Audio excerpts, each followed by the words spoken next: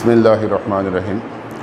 প্রিয় শিক্ষার্থীবৃন্দ, আশা করি আল্লাহ তোমাদেরকে সবাইকে সুস্থ রেখেছে। এখন পর্যন্ত আল্লাহ আমাকেও সুস্থ রেখেছে।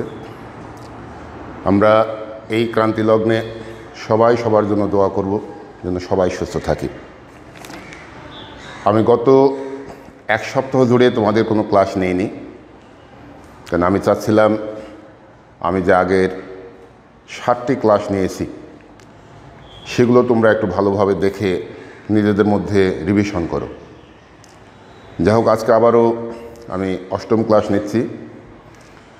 সেদিন আমি 10.3 অধ্যায়ের কিছু অঙ্ক করেছিলাম। আজকে বাকি অঙ্ক যতদূর করা যায় সেই চেষ্টা করব। তো অঙ্ক শুরু করছি। তোমাদের প্রতি আমার অনুরোধ থাকবে, তোমরা বাসা অঙ্কগুলো করে তোমাদের সমস্যাগুলো কমেন্টসে বলতে পারো, কেউ ফোন করে বলতে পারো। আমি যতদূর পারি মুখে সাহায্য করব বা একটু দেখিয়ে দেওয়ারও চেষ্টা করব। তোমাদের অনেকেই অনলাইনে আছে, অনলাইনে তোমরা থাকো, তো তখন একটা আমাকে বললো যে স্যার এই অঙ্কটা কেমন করে করতে হবে, তখন আমি একটু তোমাদেরকে দেখাই দিতে পারি। কারণ ইন্টিগ্রেশন বা সমাকলন অধ্যায়টা তুলনামূলকভাবে ছোট ছোট অঙ্ক, তোমাদের একটুখানি উঠাই দিলেই তোমরা বাকি কাজগুলো পারবে ইনশাআল্লাহ। যাই হোক, সেদিন আমি মনে হয় গিয়েছিলাম শুধু সূত্রেরই অঙ্ক 10.3-এর নাম্বার ঠিক খেয়াল নাই, তবে e⁴x ঘটিত কিছু অঙ্ক তোমাদের সেদিন করা হয়নি, সেটা দিয়েই শুরু করছি। যেমন 4-এর 8 নম্বর। এবং এবারে যে বইটা আমি নিয়েছি একেবারে লেটেস্ট ভার্সন। তোমাদের অনেকের নাম্বার নিয়ে সমস্যা হয়, আমি সর্বশেষ যে বইটা বেরিয়েছিল তোমাদের জন্য ঠিক সেই বইটাই নিয়েছি। তো এই অঙ্কটা দেখো, 4-এর 8 নম্বর।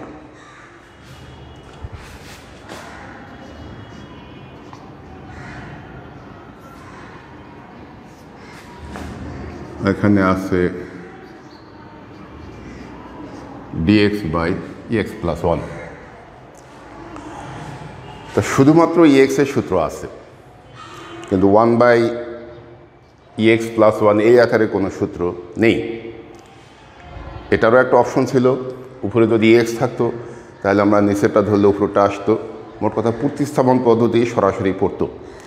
আমি গতদিন প্রতিস্থাপন পদ্ধতি সম্পর্কে তোমাদের বলেছিলাম যে সাধারণত একটা ধরে আরেকটাকে, দুটো ফাংশন বা 2-এর অধিক ফাংশন থাকলে এমন একটাকে ধরতে হবে আর একটা চলকে, যাতে করে অপর যে মানগুলো আছে সেগুলো বের হয়ে যায় বা বিদায় হয়ে যায়।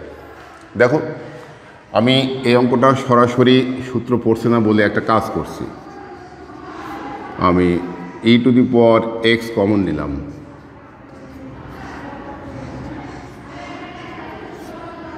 তাহলে দেখো, আমি যদি এখানে e⁴x উপরে গেলে কি সূচক নেমে e⁻⁻x, আর এখানে একই কথা। এখন যদি আমি এটাকে জেড ধরি, নিচেরটাকে, তাহলে উপরেটা চলে আসবে। অনেকেই প্রশ্ন করতে পারো যে 1 বাদেও তো ধরলে আসবে, কিন্তু এখানে তোমরা জানো অন্তরীকরণ করার সময় যে কোনো ধ্রুবকের অন্তরীকরণ করলে 0 হয়, কাজে সূত্রটা ফেলতে সুবিধা হয়। সে কারণে আমি এটাকে সহই ধরব। পাশে লিখব, ধরি 1 + e⁻⁻x = z। অন্তরীকরণ করলে 0, e⁻⁻x এর মান এত, এখানে হবে dz dx। তার গুণন দিলে কি দাঁড়াবে? e⁻x - dz। আমাদের দেখো উপরে এটাই আছে, e⁻x dx, ঠিক সেই মানটাই আমি বের করলাম। তাহলে বের করে মাইনাসটাকে বাইরে দিতে হবে, এটা এখানে দিতে হবে। তা dz/z মানে কি? ln z। এই মডটা দেওয়া ভালো। তোমরা জানো পরম মানের মান সবসময় ধনাত্মক, সে কারণে মডটা দিয়ে দিবে। তোমরা দিয়ে করবে কি, জেডের মানটা বসিয়ে দিবে। উত্তর আরও অনেক দূর যেতে পারে, তা তোমরা উত্তরের পিছনে না ছুটে অঙ্কের পিছনে ছুটবে যে অঙ্কটা সমাধান হয়ে গেল, এটা প্রমাণ না থাকলে এটাই যথেষ্ট। আবার তোমরা কে 1/x করবে বা আবার লসাগু করবে, এতগুলো কোনো আমার মনে হয় দরকার নেই। যা হোক, এবার সেদিন যেখানে ছাড়ছিলাম তারপর থেকেই করতেছি, এবং আজকে পাশাপাশি সূত্ররও আমি অঙ্ক করব। যেমন 7-এর 4 কিংবা 6 আমি একটু বড় বড় অঙ্ক করব, কারণ ছোট অঙ্কগুলো তোমাদের এমনিতেই হয়ে যায়, বড় অঙ্কগুলো করলে ছোট অঙ্কগুলো নিয়ে সমস্যা হয় না। 7-এর 6 নম্বরটা কি আছে দেখো, x² tan inverse x³ by, এখানে 3টি ফাংশন আছে এক্সের। একবার দেখো x² একটা tan inverse x³ R by আছে 1 + x⁶, আর dx তো তোমরা জানো এক্সের সম্পর্কে অন্তরীকরণ। তো এখানে এমন একটাকে আমরা জেড ধরব, সেটা ধরলে বাকি দুটো উঠে যাবে। ওই প্রতিস্থাপন পদ্ধতি আমি প্রয়োগ করতেছি, আমি করে তারপর বলতেছি। ধরি tan ইনভার্স x³ সমান জেড। তো তোমরা অন্তরীকরণ tan ইনভার্স x এর মান কি 1/1 + x²। এখানে x এর জায়গায় কত দেখো, x³। তা তোমরা অন্তরীকরণে জানো, আমরা যদি কাউকে x এর পরিবর্তে x মনে করি, যেমন এখানে x এর জায়গায় আছে x⁵, সে কারণেই এটার সাথে সাথে অন্তরীকরণ করতে হবে। তো x³ এর অন্তরীকরণ কত, 3x²। আসলে সমাকলন অঙ্ক করতে গিয়ে অন্তরীকরণের সমস্ত সূত্র প্রয়োজন হবে। এই অধ্যায়ের সূত্রের পাশাপাশি তোমাদের অন্তরীকরণের সব সূত্র জানতে হবে। তা আমার দরকার কি দেখো, x² dx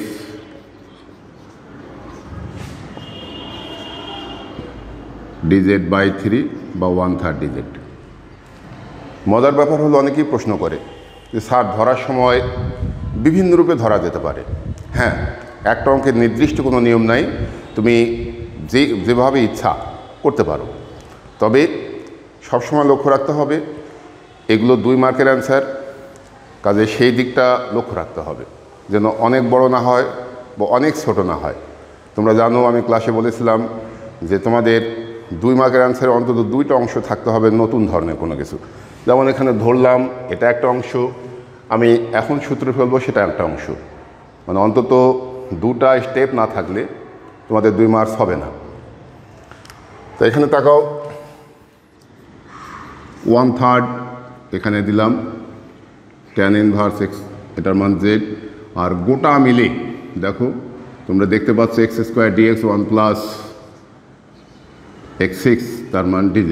এই যেখানে তাকাও, এতর মান 1/3 dz, 1/3টা কনস্ট্যান্ট বলে বাইরে চলে গেল, আর z এই যে এটার মান z দেখো tan ইনভার্স x z, আর dz বাকি অংশের মানটা।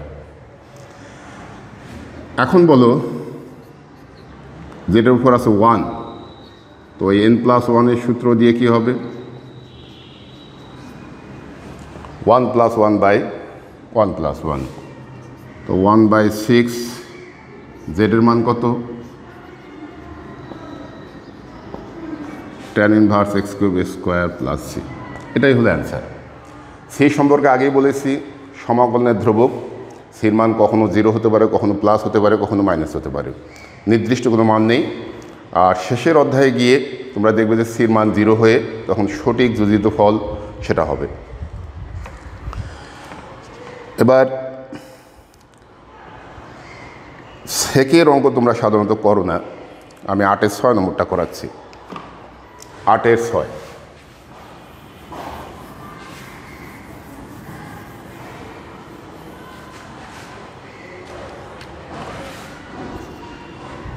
8 এর 6 কি আছে দেখো, second verse x whole to the power 5 by এত ইন্টিগ্রেট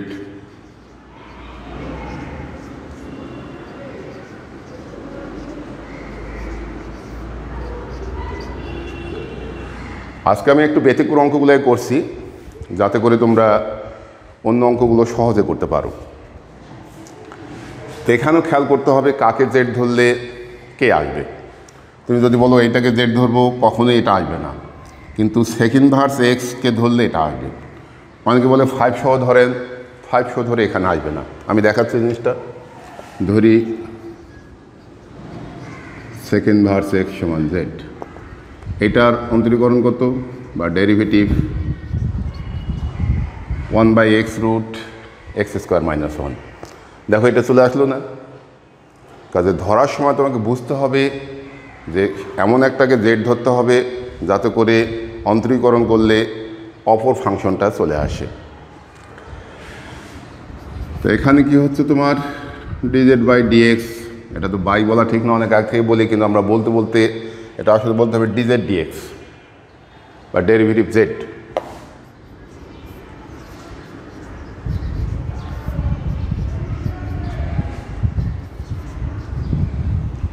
চলে আসলো মানটা।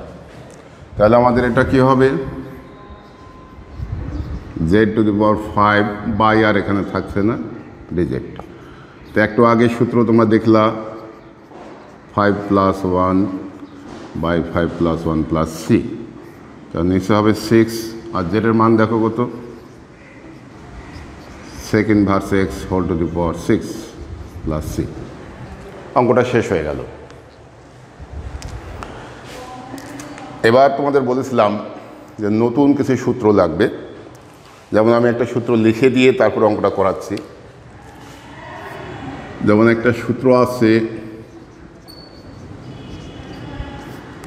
a square plus x square, তার সূত্রটা আছে কি 1 by a tan inverse x by a plus c। এভাবে এ স্কোয়ার মাইনাস এক্স স্কোয়ারের সূত্র আছে, বই দেওয়া দেখবে 1/2a ln a plus x by a minus x plus c। এই সূত্রগুলো বইয়ের সামনেও দেওয়া আছে, এই অধ্যায়ের সামনেও দেখো একটু মোটা অক্ষরে দেওয়া আছে। বিশেষ করে আমি পেজ তোমাদের উল্লেখ করতেছি, সব সূত্র লিখতে গেলে অঙ্ক পিছিয়ে যাবে। এখানে তোমাদের আমি দেখতে পাচ্ছি 450, 451 এই 2 পেজেই ম্যাক্সিমাম সূত্রগুলো দেওয়া আছে এবং সূত্রগুলো প্রমাণও করে দেওয়া আছে। কেউ যদি মনে করো কেমন করে হয় সেটা তোমরা এখান থেকে দেখতে পারো। আর আগের সূত্রগুলো তো লাগবেই। আমি একটা সূত্র অঙ্ক করি তাহলে তোমাদের একটু সুবিধা হবে। আর এখানে আর একটা বলি, এই সূত্রটায় যদি রুট দেওয়া যায় তখন একটু এইটা হবে, এবং এই সূত্র অঙ্কেই প্রথমে করাবো যে dx by root a square minus x square equal sine inverse x by a plus c. এখানে 9-এর 1 নম্বরটা আমি করাচ্ছি আগে।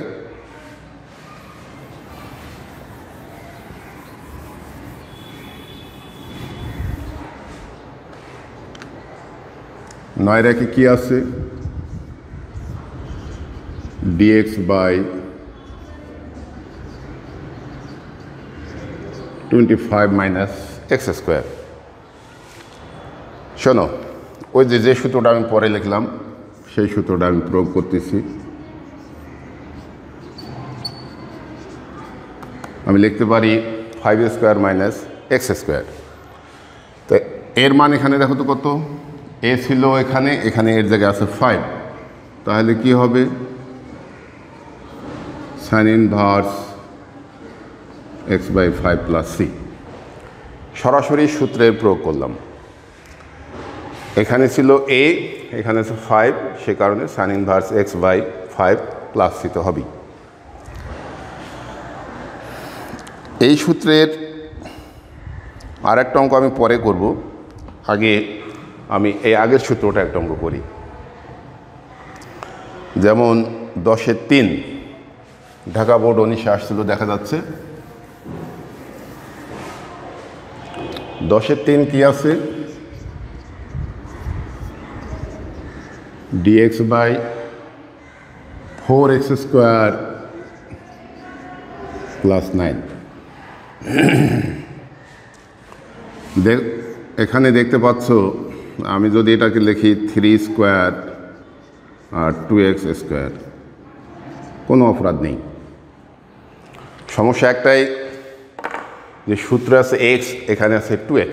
দেখো সূত্রের মধ্যে a square plus x square, তখন আছে 1/a tan inverse x by a, কিন্তু এখানে x এর জায়গায় আছে 2x। এই 2x থাকলে তুমি ধরতেও পারো, সরাসরিও একটা বুদ্ধি আছে। তো আমি প্রথমে ধরেই শেখাচ্ছি। ধরি 2x ইকুয়াল টু z, তা 2x এর অন্তরীকরণ কত? 2 dz dx। তা তোমার দরকার শুধু dx এর মান, তার মান হাফ dz। এখানে দেখো শুধু উপরে dx লাগবে।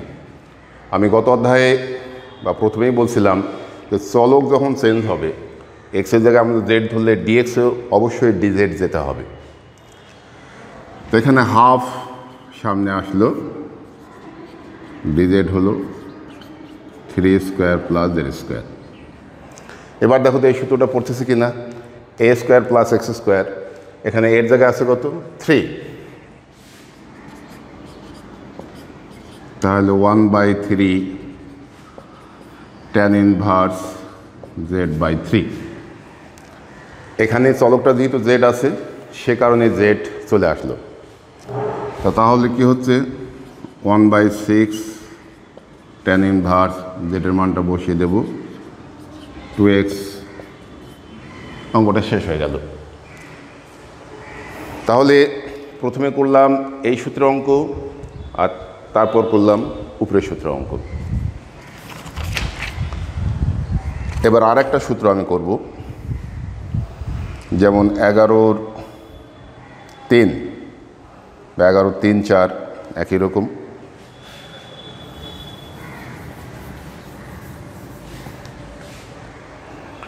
এগারো 3 কি আছে?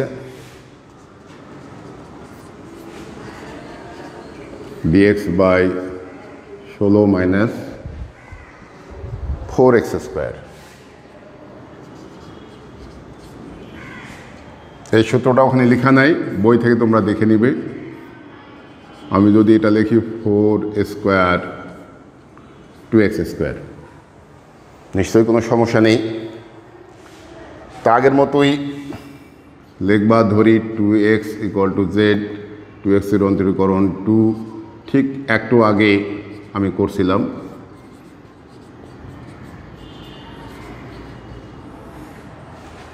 তা হাফ সামনে চলে আস, dz হলো 4 স্কোয়ার মাইনাস z স্কোয়ার। এই সূত্রটা আমি লিখছিলাম, সূত্রটা ছিল 1/2a ln a plus x by a minus x। দেখতেই পাচ্ছ এর মান 4 আর x এর জায়গায় আছে z। তাহলে কি হবে? 1/16 ln 4 প্লাস z, z এর মান কত? 2x by 4 minus 2x plus c। এটাই হলো অ্যান্সার। এবার একটু ব্যতিক্রম অঙ্ক, যেমন 13/4 সূত্র পড়বে, কিন্তু কিছু কাজ করার পর সূত্র পড়বে।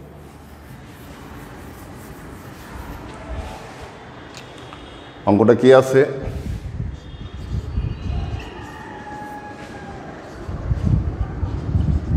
cos x dx বাই, তোমরা অঙ্কগুলো বই থেকে দেখে নেবে, 3 প্লাস cos স্কোয়ার x। এখানে একই সাথে সূত্রও পড়বে এবং প্রতিস্থাপন পদ্ধতিও প্রয়োগ করতে হবে। তোমরা বলতে পারো কেমনে? যদি আমরা cos x কে z ধরি তাহলে তো আর উপরে cos x আসবে না, cos স্কোয়ার ধরলেও cos x আসবে না। তা আমরা যদি cos x আনতে চাই তাহলে নিচে সাইন করতে হবে।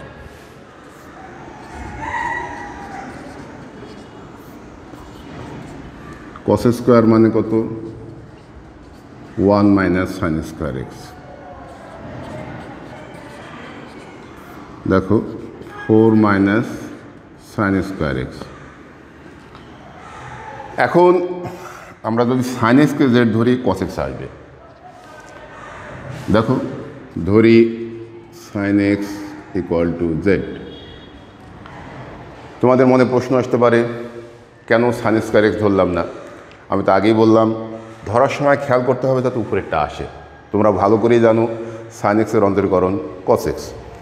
তাহলে এখানে ডেরিভেটিভ করলে কি হবে? কস এক্স আর ডিএক্সটা ওদিক থেকে চলে আসলো, cos x dx equal to dz. দেখো তো উপরেরটা আসলো কি না? Cos x dx. তাহলে আমি লিখতেছি dz 2a square minus z square. সূত্র ফেলতে গিয়ে দেখো কিছু কাজ করলাম। প্রথমে ত্রিকোণমিতিতে একটা সূত্র ফেললাম যে কস স্কোয়ার সমান 1 মাইনাস সাইন স্কোয়ার। তারপর ক্যালকুলেশন করে সাইনকে জেড ধরলাম, কস চলে আসলো, এবং এখন দেখো সরাসরি সূত্র পড়ে গেল। তাহলে সূত্রটা কী হবে?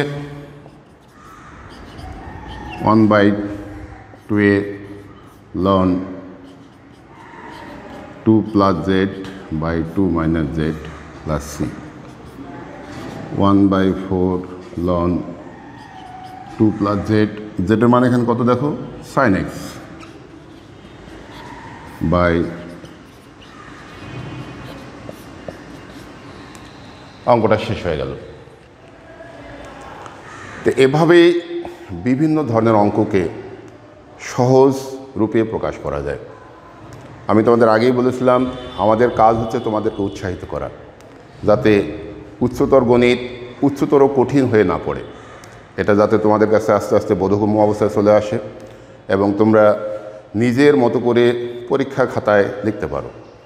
আসলে সৃজনশীল মানে তো জানো, প্রশ্ন সরাসরি বই থেকে থাকবে না, তবে ধরন বা নিয়ম একই থাকবে। এখানে আর একটা দেখি, যেমন 14 নাম্বার, 14, 2 কিংবা 3 আমি করতেছি।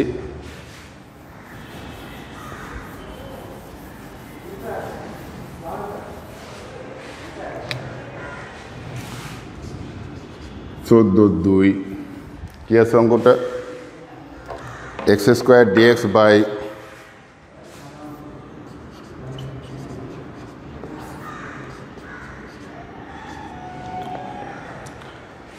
এখানে একটু ব্যতিক্রম আছে অঙ্কটা, যে তুমি নিচে যা আছে তা ধরে উপরে টানতে পারবে না। এখানে একটু কাজ করতে হবে। উপরে আনতে হবে এক্স স্কোয়ার, নিচে আছে x⁶। যদি বা সামনে 1 আছে তো 1 পরের কথা, আমাদের x⁶ ধরে এক্স স্কোয়ার আসবে না। কিন্তু আমি একটু কাজ করতেছি, দেখো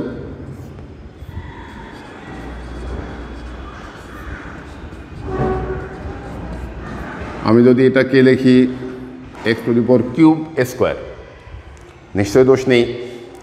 3-এর উপর 2 দিলে 6 হয়, 3 দুগুণা 6, সেটা ভালো করে জানো পাওয়ার। তো এখন আমি x³ সমান জেড ধরবো, তার অন্তরীকরণ কত হবে? 3x²।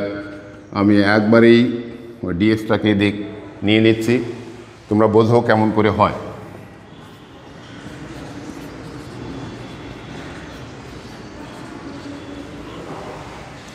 উপরের মানটা চলে আসলো।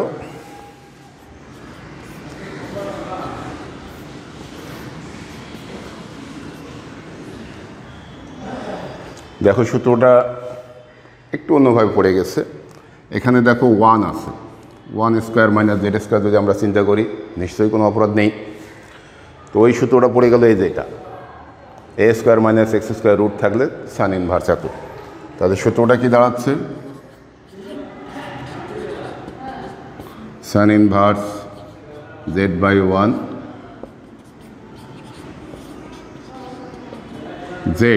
জেডের মান কত? x³ plus c। এটা সরাসরি সূত্র লেখা যেত, কারণ একটা অনুসিদ্ধান্ত আছে dx/√1 minus x square equal to sign inverse x. এবং আরও একটু বলি, সাইন ইনভার্স এক্সের অন্তরীকরণ কত? 1/√1 মাইনাস এক্স স্কোয়ার। আর এখানে দেখো ঠিক তার উল্টা, integration 1/√1 minus x square equal to sign inverse x. আমি শুরুতেই বলছিলাম সমাকলন অন্তরীকরণ পরস্পর বিপরীত, বুঝতেই পারছো, এখান থেকে সেটা বোঝা যাচ্ছে। এরপর ব্যতিক্রমের আর একটা অঙ্ক, যেমন 15(2)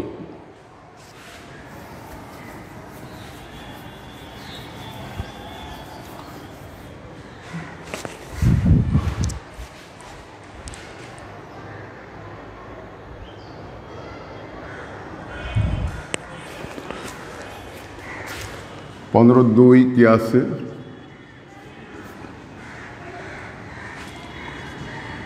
dx by x minus 3 by x plus 1। এই অঙ্কটা কোনোভাবেই এতক্ষণ যা শিখলাম তার সাথে একই রকমভাবে বলা যাবে না। সূত্র আনতে গেলে একটু কাজ করতে হবে এবং একটু ব্যতিক্রম এখানে খেয়াল রাখতে হবে। নিচে যদি দুটোই একঘাত থাকে এবং একটার উপরে রুট থাকে আর একটা রুট মুক্ত থাকে, তাহলে যেটা রুট, যার উপর রুট থাকবে তাকে জেড স্কোয়ার ধরতে হবে। ধরে কি সুবিধা একটু পরে দেখাচ্ছি। জেড স্কোয়ার, এখানে তুমি এক্সের মানটা বের করে নিবা যে x equal to z square minus 1। তোমাদের সবসময় লক্ষ্য রাখতে হবে যেন অঙ্কের অন্যান্য জিনিসের মান সহজে বের করা যায়। এখন তুমি অন্তরীকরণ করলে কি হবে? X equal two 1 2z minus 0, আর এখানে হবে dz dx, কারণ আমরা এক্সের সাপেক্ষে অন্তরীকরণ করতেছি, সে কারণেই এটা হবে। আর গুণন দিলে কি দাঁড়াচ্ছে? dx equal to 2z dz। তাহলে 2z dz, এই যে দেখো এক্সের মানটা কাজে লাগতেছে।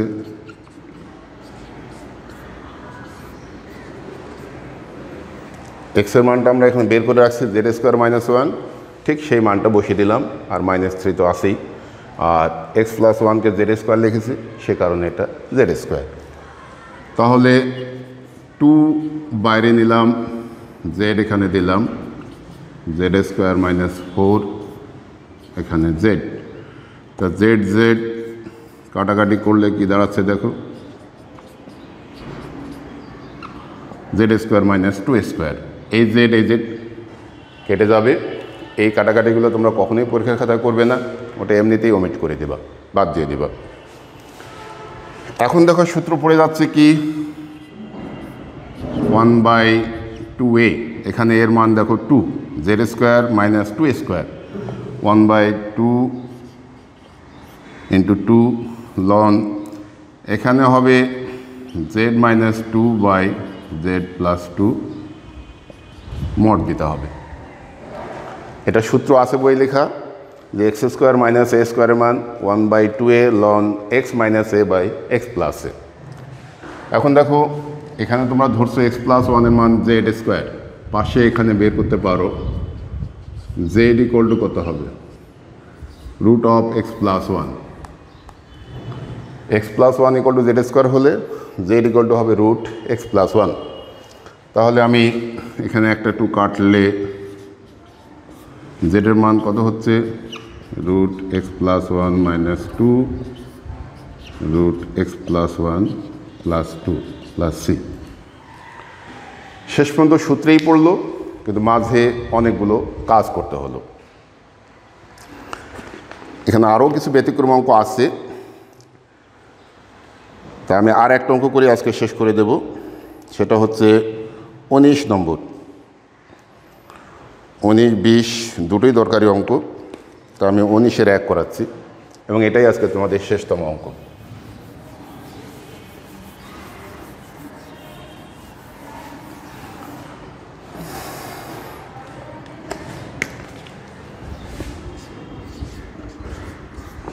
উনিশের 1 কী আছে দেখো, dx by root x square plus 4x plus 13। তো এখানে সরাসরি ধরিয়ে কোনো কাজ হবে না, আমি একটু কাজ করতেছি, তারপরে সূত্র পড়বে। আমি দেখো সামনে 9 লিখে এখানে দিচ্ছি x² + 4x + 4, 9 + 4 = 13। তাহলে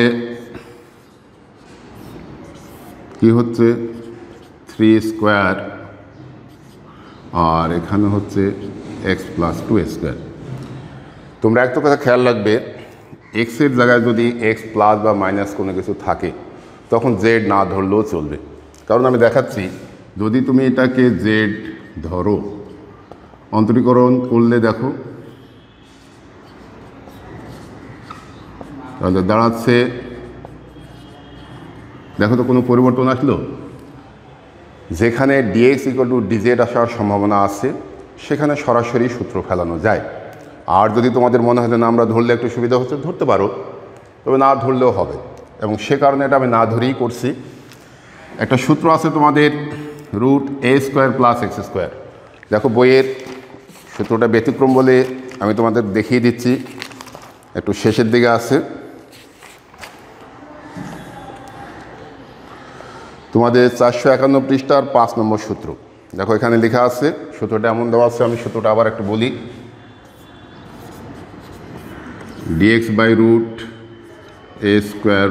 + x², তার মান আছে ln x + এত প্লাস c। সূত্রটা দেখো, এটা আমি আবারও বলছি, সূত্রটা আছে 451 পৃষ্ঠার 5 নম্বর সূত্র আকারে। সেই সূত্রটা তোমরা একটু দেখে নেবে। তো এখানে আমাদের কি হবে তাহলে, এই সূত্রটা দেখো এর জায়গায় আছে 3 আর এক্সের জায়গায় আছে x + 2। তো আমি লিখতে পারবো ln x মানে কি x + 2 আর a² মানে x + 2a² plus x² + a² মানে কি 3²। সামান্য আগ পাশ হলে কোনো দোষ নাই। তাহলে তোমাদের কি দাঁড়াচ্ছে ln x + 2, এবং এইটা ক্যালকুলেশন করলে তোমরা জানো এইটা আসবে, তোমরা ক্যালকুলেশনটা দেখে নিবে।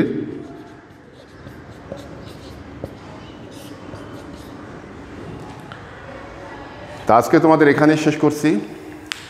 আমি আবারও তোমাদের ক্লাস নেব এবং জানিয়ে দেব।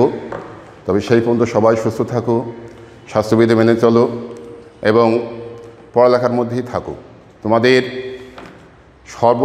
আগে খেয়াল রাখতে হবে যে পরীক্ষা যখন হোক সেটা হবে, কিন্তু সবসময় নিজেকে পড়ালেখার মধ্যেই ব্যস্ত রাখতে হবে।